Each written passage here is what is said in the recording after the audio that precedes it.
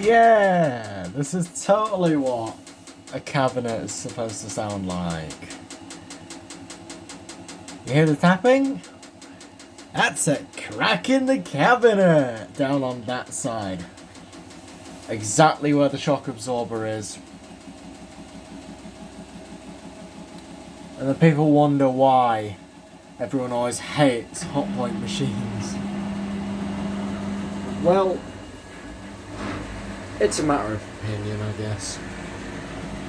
I don't necessarily hate mine. I don't exactly prefer it, but it's better than candy. Spins faster and actually gets to temperature. Unlike candies. Well, if you put a full load of washing in on a fast wash 60, then it won't get anywhere near 60. But if you do like a half load, up to like half load, which is like 5 kilos, then it'll be fine. I've done it a couple of times. But yeah. I suppose my Becca is slightly better than this.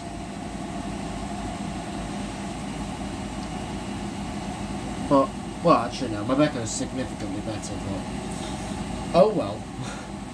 At least it ain't a shitty candy or anything. But it's totally not what a fucking cabinet is supposed to sound like on a washer whatsoever. Also, I can hear the motor. I was never really able to hear it before, but I can hear it, I guess. Oh well. I suppose they're never really properly silent, are they? You can never get perfectly silent motors. It's starting to sound a bit like an LG, to be honest. Not too bad. So yes, I suppose that the cabinet is completely shagged on this because of the crack where the shock absorber mounts on that side.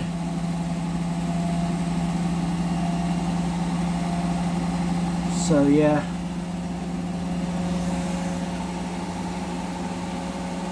Running on a rinse.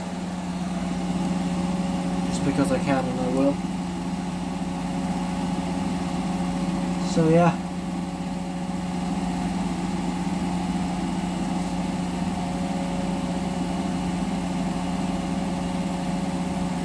The brightness is so messed up there. Take it down to the lowest point and it looks pretty cool.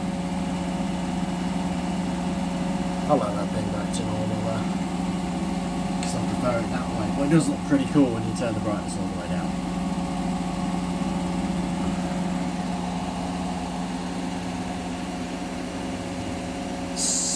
It's slightly monochrome. There's a lot less obviously visible light, so it does look a little bit monochrome-ish.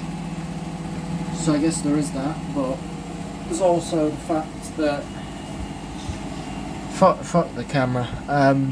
Currently I'm more focused in on the crack in the fucking cabinet of this thing, and I bet that Hotpoint are gonna be like, oh no, we're gonna have to wait like a month to get you a cabinet. So basically pulling up a massive middle finger, because I bet they'll tell us that it's out of guarantee and they can't do the cabinet replacement, but it is under guarantee still. Thing is though, I read the fine print and it says it's a year, but it's like 10 years for like the fucking motor. When in the fuck is a motor going to explode? When the fuck do motors go on washers?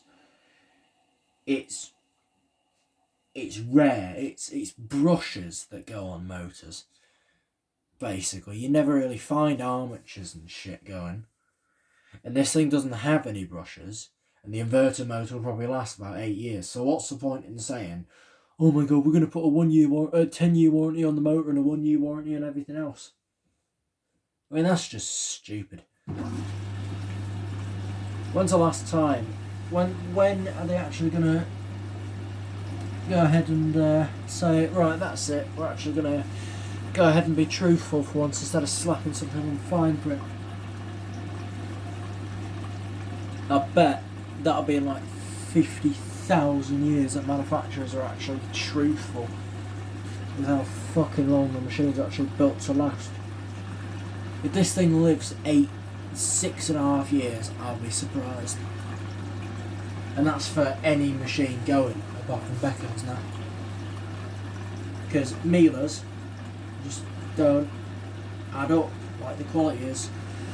The software is so absolutely trash that Miele's are considered as shit as Bosch. And Bosch ain't anywhere near the best they used to be. I compare my W754 to a modern Miele, and in the year race, even though my W754 is probably 30-40 years old, we don't actually know how old it is.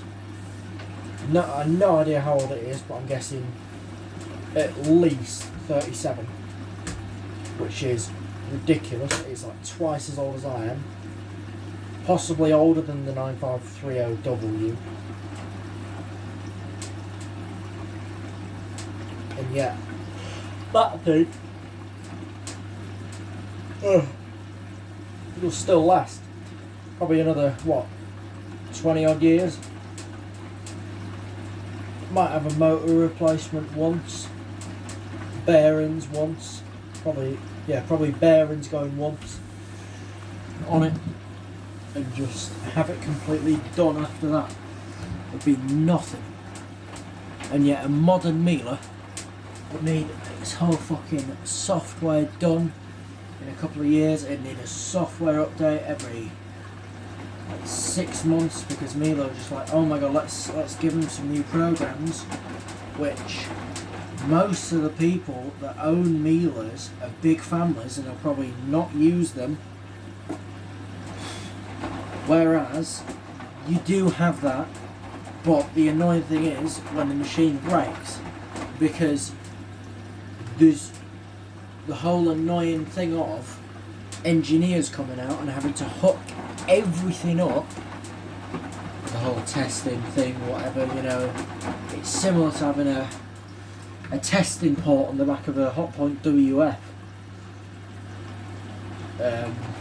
Yeah, it's similar to that.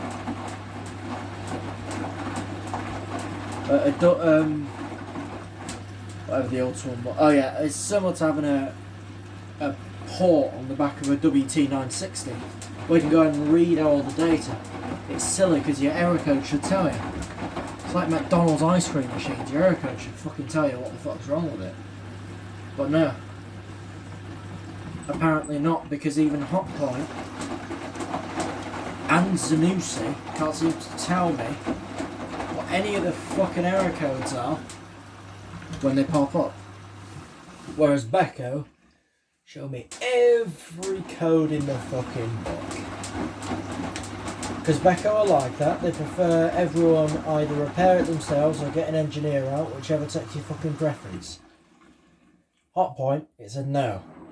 In fact, I can barely find 10 kilo sealed tubs at this point, because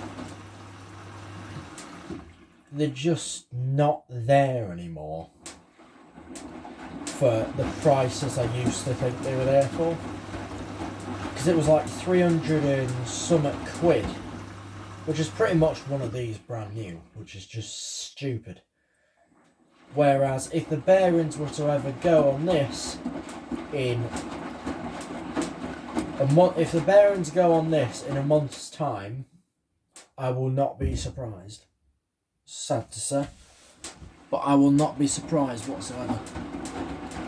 And I will not own another Hotpoint ever again. Modern Hotpoints wise, of course. I'd go vintage, obviously, but I would never own an active care, especially after what happened with my grandma.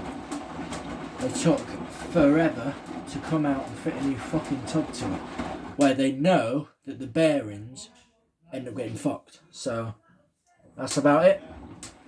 Done.